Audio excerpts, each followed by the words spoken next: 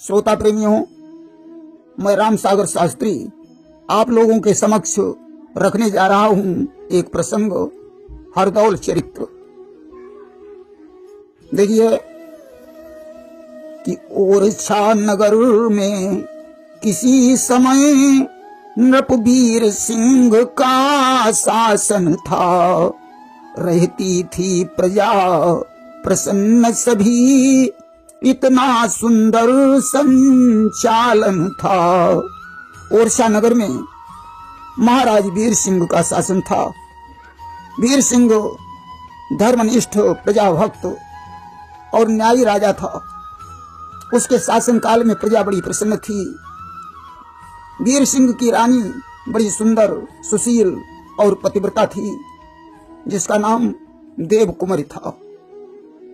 कि पटरानी का पद पाकर भी पति पर बलिहारी जाती थी। वह फूलों की सैया वाली सेवा में समय बिताती थी। रानी देव कुमारी मन वाणी कर्म से आठों पहर अपने पति की सेवा करती थी। कालांतर में देव कुमार से 3 संतानों का जन्म हुआ। कि पुत्र 2 एक सुता प्यारी, इन तीनों को छोड़ सिधारी सुरपुर महतारी। तीनों बच्चे छोटे छोटे थे, तभी माता का देहांत हो गया। सबसे बड़े पुत्र का नाम जुझार सिंह था। उससे छोटी एक पुत्री थी, जिसका नाम कुंजावती था। सबसे छोटे पुत्र का नाम हरदौल था। कि बड़ा जुझार सिंह बलदाई, छोटा था हरदौल बहन थी कुंजावती भाई। राजा वीर सिंह ने देखा जुझार सिंह बड़ा हो गया है, आज तो इसका विवाह करना चाहिए। कि पुत्र की रची सगाई है, सुमुख सुलोचनी बाम महल में नारी आई है। राजा ने बड़े पुत्र का विवाह चंपावती के साथ कर दिया। आज चंपावती सी पत्नी को पाकर जुझार सिंह बड़ा प्रसन्न हुआ। शुभ दिन शुभ मुहूर्त में राजा वीर सिंह ने बड़े पुत्र का राज तिलक कर दिया और कहा, बेटा प्रजा की पुत्र के समान रक्षा करना। कि जा सुराज प्रिय प्रजा दुखारी, असो नृप अवश्य नरक अधिकारी। जिस राजा के राज्य में प्रजा दुखी रहती है, वह राजा नरकगामी होता है। जुझार सिंह ओरछा नगर की देखभाल करने लगे। धीरे धीरे कुंजावती विवाह के योग्य हो गई। कि मन में चिंता लगी भई जब कुंजावती स्यानी, करूं सुता का ब्याह भूप ने यह मन में ठानी। राजा वीर सिंह ने देखा पुत्री विवाह के योग्य हो गई है। राजा ने दतियागढ़ में उसका विवाह कर दिया। कि सुता के पीले हाथ किए, फिर कुछ दिन के बाद भूप काफी बीमार हुए। कुंजावती का विवाह करने के बाद राजा वीर सिंह काफी बीमार हो गए। उन्हें ऐसा महसूस होने लगा कि अब मैं बचूंगा नहीं।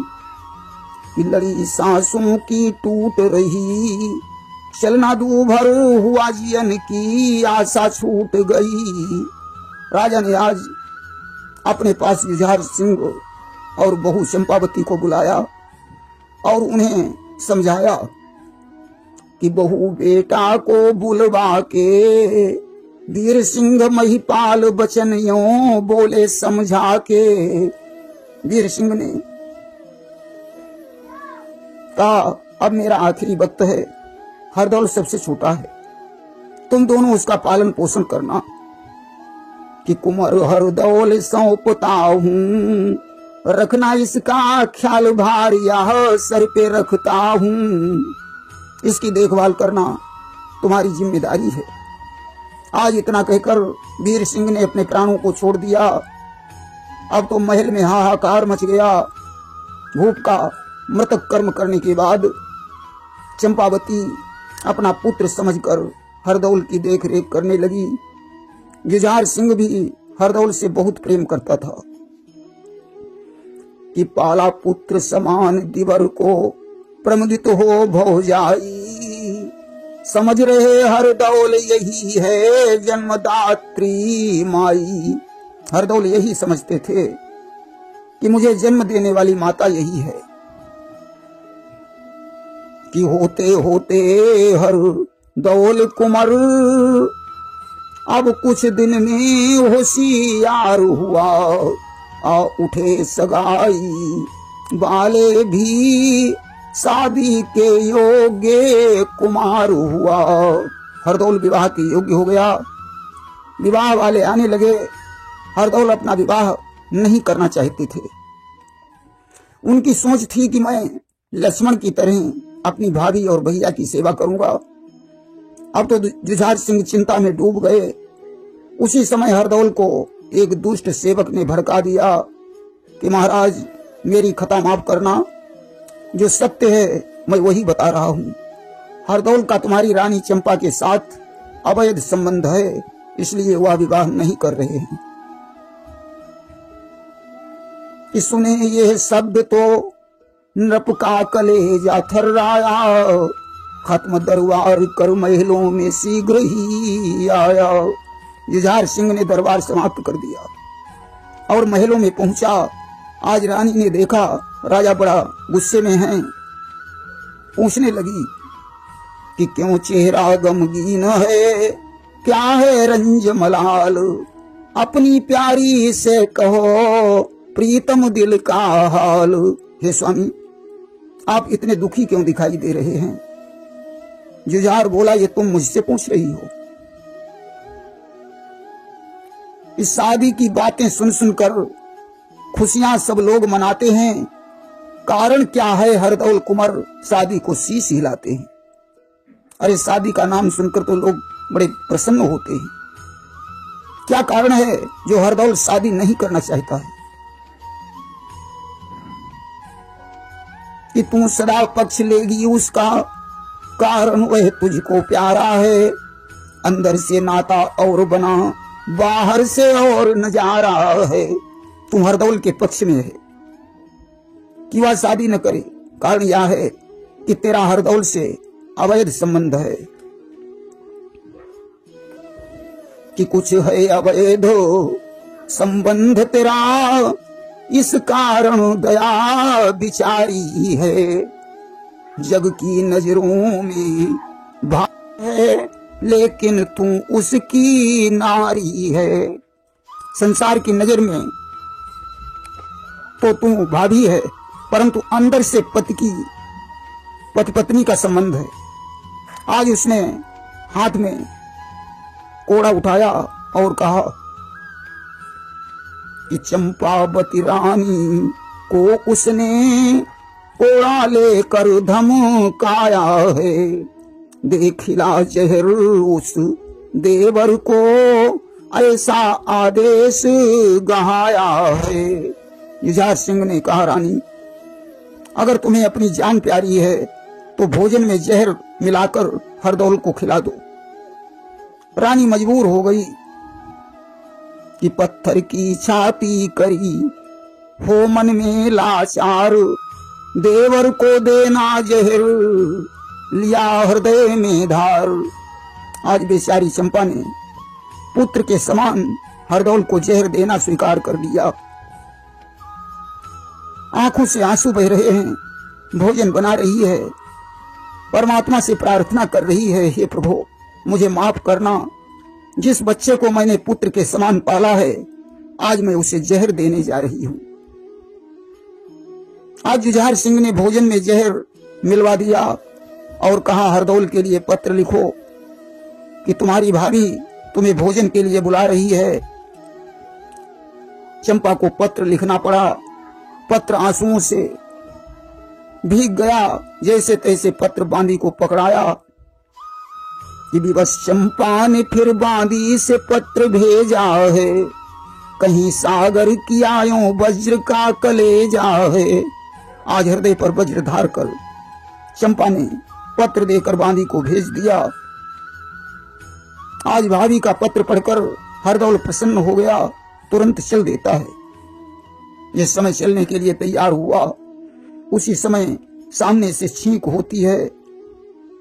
अपशकुन हो गया। सजनों, फिर भी उसने विचार नहीं किया कि चंद्र टाइम हुआ महलों में कुंवर आया है, देख कर भाभी के नयनों में नीर छाया है। हरदौल ने पहुंचकर भाभी को प्रणाम किया। उसकी आंखों में आंसू देखकर कारण पूछा।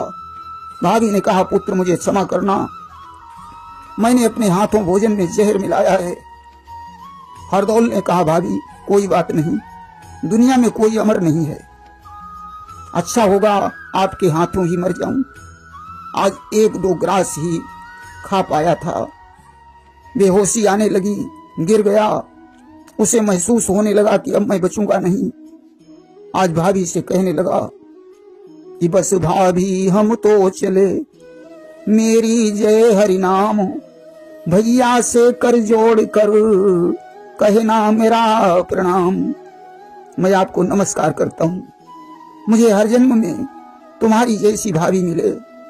बड़े भैया जुझार को मेरा प्रणाम कह देना कि हाँ, बहन से मिलने का मन नहीं, ख्याल मेरे रह गया, आए तो कह देना नमस्ते, तुमको भैया कह गया। अफसोस सिर्फ इस बात का है कि मैं अपनी बहन कुंजावती को नहीं देख पाया। जब कभी वो तुम्हारे घर पर आए तो उसे बता देना कि मरते समय हरदौल तुम्हें नमस्ते कह गया है। आज हरदौल तो संसार से विदा होकर चला गया। चंपा उसकी लाश को गोद में रखकर विलाप कर रही है। उसी समय जुझार सिंह आ गया। उसने डांट कर कहा, रोना धोना बंद कर दो, वरना तुम्हारे लिए अच्छा नहीं होगा। ऐसे भाई का मरना ही अच्छा है। मरघट पर ले जाकर दाह संस्कार कर दिया और कारीगर बुलवाकर वहां उसने एक मठ बनवा दिया।